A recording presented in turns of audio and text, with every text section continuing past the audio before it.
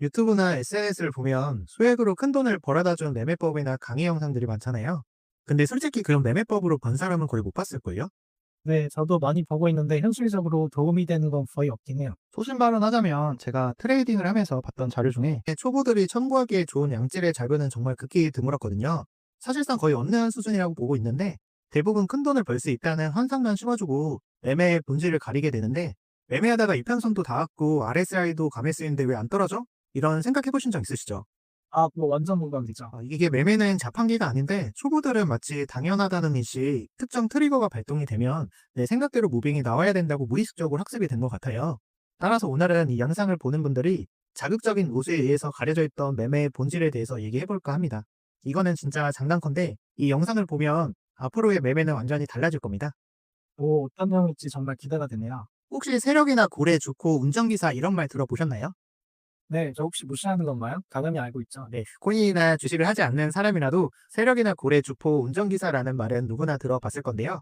뭔가 설명하기 어려워 보일 수도 있겠지만 냈다 같은 뜻이고요. 쉽게 말하면 매우 큰 규모의 자금을 운용하는 개인이 특정 자산의 물량을 가반수 이상 독점하고 있다는 뜻이고요. 이런 사람들은 본인이 원하는 대로 차트를 그릴 힘이 있다는 뜻이죠. 그럼 생각을 한번 해보면 이런 세력들이 저점 매집이야 뭐 어떻게 티 안 나게 잘한다 치고 수익 실현은 어떻게 하는 걸까라고 생각해 보신 적 있으실까요? 크게 생각은 안 해봤는데 저희랑 익절하는 건 크게 차이가 안 나지 않을까요? 그게 보통 일반적인 생각이거든요. 물론 저희랑 똑같은 경우도 있겠지만 그런 부분은 극히 드물고 이런 세력들이 가지고 있는 물량은 너무 많기 때문에 개미들처럼 한 방에 가진 물량을 모두 매도할 수는 없어요. 보통 세력은 개미들이 매수하고자 하는 물량보다 더 많은 물량을 저점에서 최대한 티안나게 매집을 해서 가지고 있는데요. 심지어 요즘은 세력들이 장외 거래를 해버려서 차트에 아예 흔적도 안 남는 경우도 있고요. 이마저도 개미들을 속이기 위해서 지갑을 쪼개서 매집을 해버리니까 매집의 흔적을 초보들이 찾기는 많이 힘들거든요. 근데 이런 세력들이 고점에서 한 방에 물량을 던지면 어떻게 될까요? 바로 이 꼴이 나겠죠? 세력의 입장에서는 자기가 가진 물량보다 매수 효과가 더 촘촘하면 이루겠지만 보통은 이 그림과 같은 상황이 대부분이기 때문에 세력은 웬만해서는 고점에서 한 방에 매도하지는 않거든요. 만약에 이런 상황이라면 한 방에 매도하실 건가요?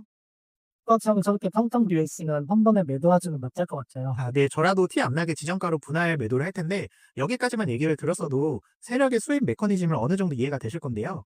세력들은 저점에서 남모르게 매집을 진행하고 뉴스나 급등을 유도하면서 또 종목의 강기를 붙게 만든 뒤에 최대한 높은 곳에서 천천히 개미에게 물량을 떠넘기는 건데요. 이제 이 과정에서 발생하는 게 그 유명한 개미 털기죠. 저는 이 영상을 통해서 전달하고자 하는 본격적인 얘기가 지금부터 시작이 되는 건데 세력은 도대체 왜 개미 털기를 하는지 아세요? 글쎄요, 비싸게 팔려고 하는 거 아닌가요? 용어는 알아보고 목적은 크게 생각해 본 적은 없는 것 같아요. 네, 보통 그 목적까지 생각하는 경우는 잘 없으실 텐데 행동 경제학을 보면 대부분의 인간은 손실 회피형의 성향을 띠므로써 투자하기엔 최악의 심리를 가지고 있다고 말하는데요. 보통 사람들은 이 그림처럼 100만 원이 수익이었다가 한순간에 만 원으로 수익금이 떨어지면 손실이 0인 본점임에도 불구하고 마치 100만 원의 손실을 본 것 같은 심리가 발생한다는 거예요. 듣고 보니까 저도 그렇게 생각했던 적이 많은 것 같아요. 네, 보통 일반적인 사람들은 대부분 그렇게 생각을 하는데요. 이런 성향이 시장의 주를 이루기 때문에 개미들은 조금만 올라도 물량을 팍팍 던지는 거고 가격 상승을 주도해야 되는 세력 입장에서 그런 매도 물량들을 전부 자기 돈을 써서 받아먹어야 하기 때문에 개미들의 매수는 세력들에게는 장애물이 된다는 거죠. 그렇기 때문에 세력들은 이런 식으로 개미들을 털어내는 거고요. 그리고 조정에 갈려나간 개미들이 던진 물량을 헐값에 다시 매수할 수 있는 건 덤이고요. 여기서 제가 질문 하나를 드리면 만약에 지금의 하락이 개미를 털기 위한 무빙임을 높은 확률을 예측해 볼 수 있다면 어떻게 하실 것 같으세요? 그럼 무조건 매수해야겠죠? 네, 그렇죠. 지금부터 그 방법에 대해서 공유해 드릴 건데요. 대표적인 예시로는 트랩 패턴과 스탑 커팅이 있지만 이거는 주관적이기도 하고 초보가 사용하기에는 난이도가 매우 어려운 편이기 때문에 권장하지는 않고요. 초보든 고수든 할 것 없이 저는 청산맵을 강력하게 추천해 드리고 있어요. 트랩이나 스탑 커팅의 경우에 주관적인 작도가 포함되기 때문에 신뢰도가 떨어지는 반면에 청산맵은 모두가 같은 자료를 보고 있기 때문에 신뢰도의 차이가 매우 심하죠. 평선맵이 뭔데요? 청산매매란 건 특정 자산에 대한 포지션들이 강제 청산되는 가격대와 그 물량이 어느 정도인지를 여러 데이터를 통해서 시각화하는 차트를 의미하는 건데요. 현재 그 차트는 바이낸스 비트코인 선물 포지션에 대한 청산맵을 시각화한 거고요. 노란색이 짙을수록 그 가격대에 도달했을 때 강제 청산되는 물량이 많다는 뜻이고 참고로 왼쪽 위에 보면 그 물량이 어느 정도인지까지도 볼 수 있고요. 아니, 근데 남들 청산당하는 게 뭐가 중요한 거예요? 그렇게 생각하는 분들이 많을 텐데 강제 청산이 대량 발생하는 구간은 변곡의 핵심이거든요. 모든 큰 무빙은 청산을 동반하기 때문에 이게 단기적인 병목절가 될지 다시는 놔둘 병목이 될지까지는 알 수는 없겠지만 90% 이상의 확률로 대량의 강제 청산 물량이 나오는 자리에는 브레이크가 걸린다는 것이 포인트죠. 그럼 지금까지 말해주신 게 개미 털기랑 상관이 있는 건가요? 근데 이걸 개미털기에 응용을 해보면요. 지금 보이는 차트 노란 박스에 가격이 닿으면 개미들의 물량이 강제 청산당한다는 걸 여러분들은 이미 시각적인 자료를 통해서 정보를 습득했잖아요. 만약에 상승 중에 나타난 하락에 개미들이 갈려나가는 걸 실시간으로 보면 어떻게 하실 것 같으세요? 1번처럼 진짜 반등일지 2번처럼 잠깐의 제동에 그칠지는 모르나 대량의 롱포지션 물량이 강제 청산되었다면 시장은 개미가 죽었으니까 매수해볼까라는 심리로 매수가 들어오게 되거든요. 저는 이걸 유동성이라고 표현을 하는데요. 이게 동의하지 않더라도 매수가 들어온다는 사실은 변하진 않고요. 실제로 대량의 강제 청산 발생 직후에는 정확하게 반복이 나오는 걸 보다 보면 받아들일 겁니다. 그리고 제가 앞에 보여줬던 이 그림 기억하시나요? 이 그림에서 페페는 매수 주문이 촘촘하지 못해서 자신의 물량을 한 번에 다 매도하고 싶음에도 자기가 가지고 있는 물량은 전부 매도할 수 없는 상황이었는데요. 자기 물량을 사줄 사람이 있어야 팔든가 할 텐데 여기서 도지는 페페와 반대 상황이에요. 노란색 선이 대충 150개 계약의 숏 청산 물량이라고 가정하면 그럼 도지는 페페와는 다르게 한 방에 시작가로 던지더라도 저 가격대에서 자신이 가진 롱 물량을 전부 입찰할 수 있는 거죠.